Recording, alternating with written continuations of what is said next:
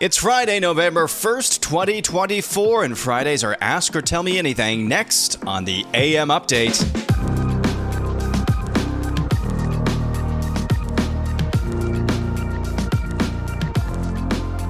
All right, let's get it going. Another Ask or Tell Me Anything edition on the AM Update. I appreciate each and every one of you for listening each and every day, each and every week, each and every month. The month of October is on track to be one of the best months we've had this year, which is not surprising leading up to an election. But I appreciate all of the listeners, both new and old, or let's say seasoned, who are joining us on this here program. Appreciate each and every one of you. And if you haven't done this yet, could you leave me a review on your podcast platform of choice, whether that's Apple or Spotify or some other podcast service that you use? Leave me a 5-star review if you like the podcast. If you don't like the podcast, leave me a 5-star review anyway.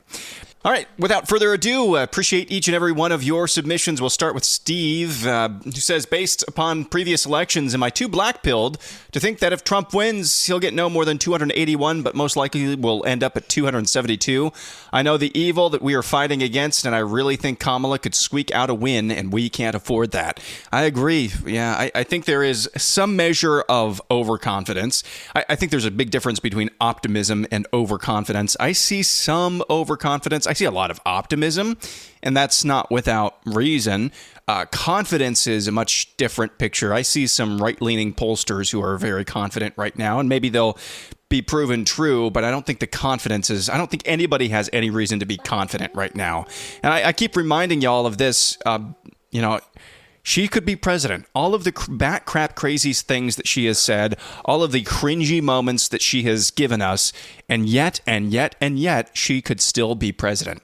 So, Steve, I don't think your inclination there is out of left field. No pun intended. It's not out of left field at all. In fact, no matter if it's close either way, that would be one of the worst outcomes. The worst outcome is she's elected. The second worst outcome is that it's not decisive for Donald Trump, and really not decisive either way. I think the best possible outcome would be Trump with 280, 290 some total electoral college votes. So no, that's not out of left field. That's one of the outcomes that we're looking at here. Is it's not out of the realm of possibility that this could end up 270 to 268. I don't know what the odds of that are, but I don't think it's it's probably double-digit odds that we could end up there. Kay Adkins says, what's your prediction for when we'll actually have the election results for the presidential election and the winner will be known? Will we have a pretty solid result in the next day, or do you think it'll drag out? I think it's going to drag out. My posture has been, and I'm not trying to blackpill, if you're planning on voting one way or another, whether it's not at the top of the ticket, but I polled my audience, and the vast majority of the audience, at least that follows on X, are going to be supporting Trump, either holding their nose or enthusiastically. If you're going to vote, you need to vote. If you're early voting in your state, you need to do that, but you need to vote regardless.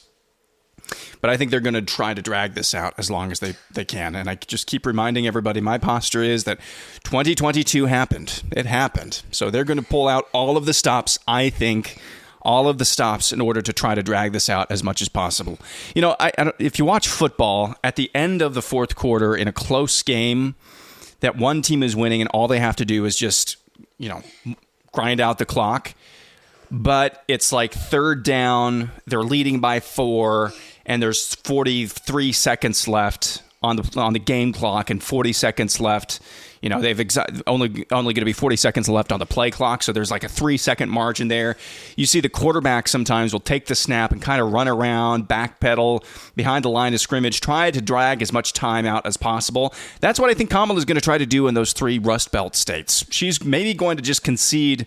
She's going to concede the Sun Belt. That would be Nevada, Arizona, Georgia, North Carolina. Maybe just concedes those to Trump and doesn't just banks everything on massive chaos and confusion in those 3 states, because they are all, to a T, they are all run by Democrat machinery. So just run out the clock, backpedal behind the line of scrimmage for a little bit, I think the key for Kamala, if it's looking doubtful for her on election night, just get to the next morning. As long as the election is not called that night or the next morning, you've won the election at that point. So I think that's what they're going to try to do. And I really, really hope that it's going to be way beyond the margin for cheating, way beyond the margin this is even in doubt. I hope early on in the night, I think it was maybe it was Real Clear Politics. I don't know what they're basing this on because I went and checked the average in New Hampshire, but one forecaster said that New Hampshire is now a toss-up. I want to get some indicators early on in the evening that nationally this thing is headed in one direction. So to answer your actual question, when do you think we'll actually have the results for the presidential election and the winner will be known? I think it's going to be Saturday. And I'm saying that, if nothing else, for an emotional hedge. I think it's going to be Saturday before we know anything. But I hope it's that night. I hope it is election night. I hope I come on here Wednesday morning and I can launch into a soliloquy about how Donald Trump is a living legend and America has a fighting chance again. A chance. I hope that's the case. But something deep down tells me not so much. Continuing on with Dan T. Dan wants to know, he has the chart. I'm sure you've seen this in various places. He has the chart of the CDC vaccination schedule for 6 months through 4 years of age, and wants to know what's the chance the garbage gets taken out of the CDC schedule. 3 COVID jabs by 6 months old.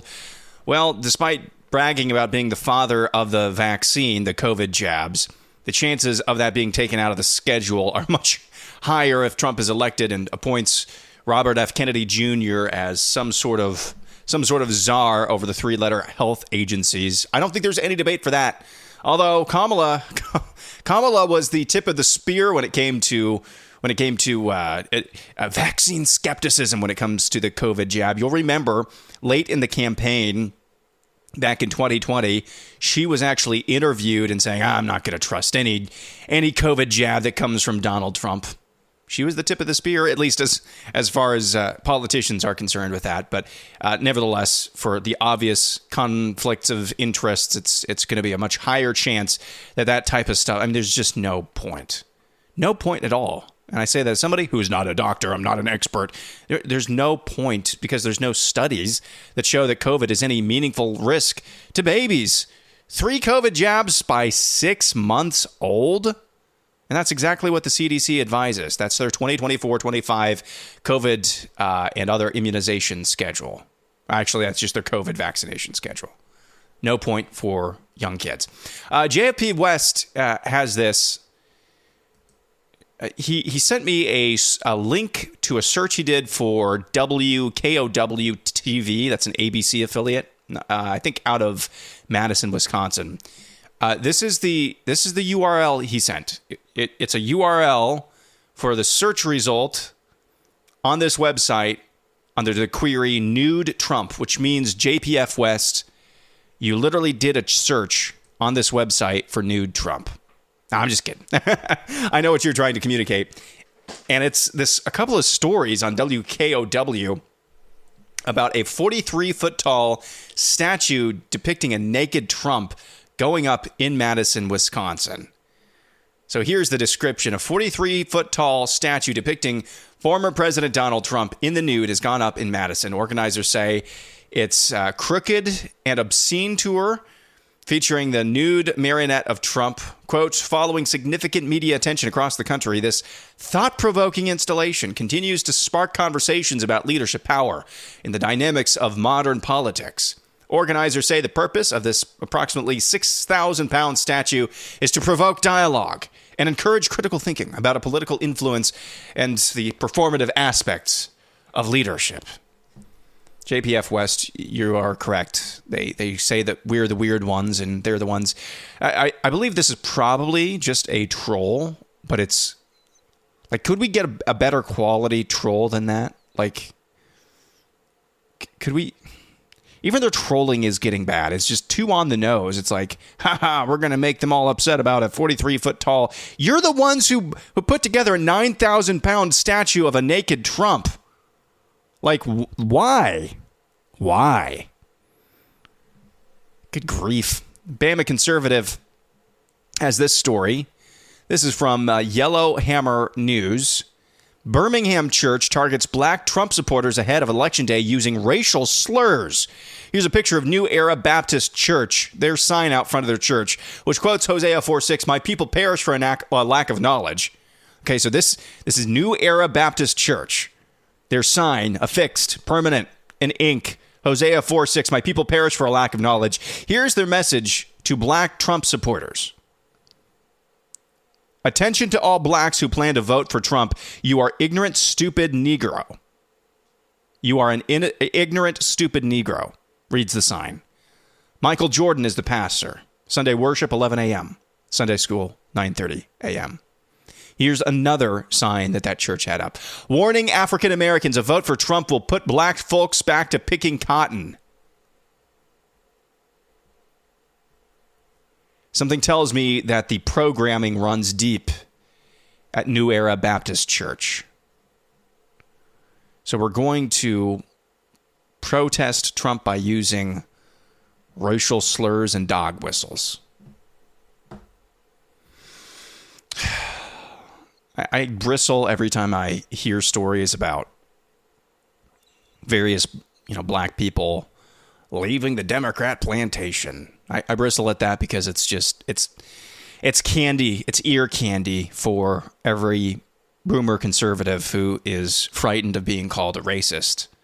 They like to hear that blacks are supporting their chosen Republican X, Y, or Z. Better yet, they like it if their favorite Republican is black because it proves once and for all they're not actually racist. So I bristle every time I hear that because I think a lot of it is just ear candy for itching ears, or an itch for itching ears, maybe is a better way of saying it.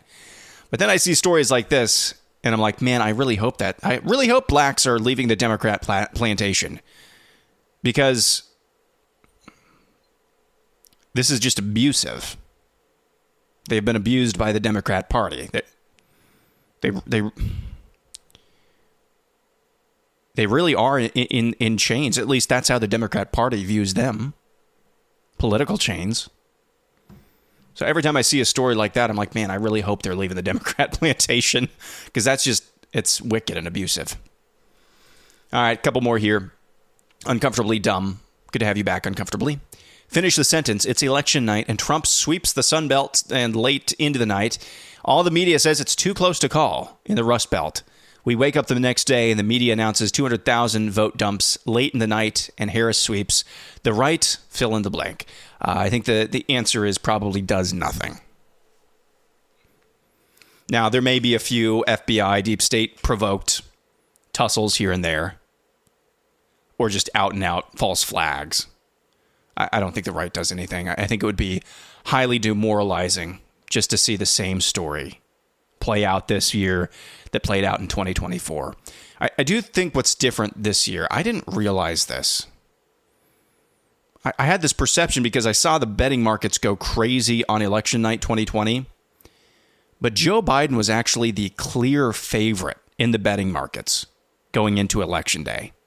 Like, he was a favorite at the level Donald Trump is a favorite right now. I didn't realize that because all I remembered of the betting markets from 2020 was early on in the night, they were going haywire because some of the early vote totals and the early returns made it look like Trump was going to overperform enough to win. And so the live betting just went haywire that entire night. That was one of the things that added to the kind of the apoplectic nature that a lot of us had as we watched. They just stopped counting votes in Wisconsin, Michigan. They just, it's too close to call. Have a good night's sleep. So that's the one thing I think that's different than 2020. At least one of the things that's different from 2020. So I don't think the right really does much of anything. I think it would just be so debilitating and demoralizing. And all the people who maybe you got off the couch again who said, well, it doesn't matter, they're going to steal it. The number of those people who you were able to energize and mobilize again to vote again, they're just going to say, well, they stole it again. So I'm never voting again. I think that's the reaction. The Berean Times will finish with this. If Trump got elected and put you in charge of the Department of Election Integrity, how would you use the power of your office and influence with Trump to pressure states to conduct proper elections? Well, I think I think actually the most power would actually be wielded with the Department of Justice. I think you could sue at the federal level to ensure that states are actually following. There's federal rules on the books already, and I think the most power would be in the Department of Justice. But in the Department of Election Integrity, I would number one, the biggest thing would be I would pressure Trump to use the bully pulpit of the presidency to shine a light on all of the very, very shady practices that go on, especially in the 3 Rust Belt states, Wisconsin, Michigan, Pennsylvania. I would use that bully pulpit to draw attention to that as much and as often as possible. I'm not sure what this department would actually have the power to do.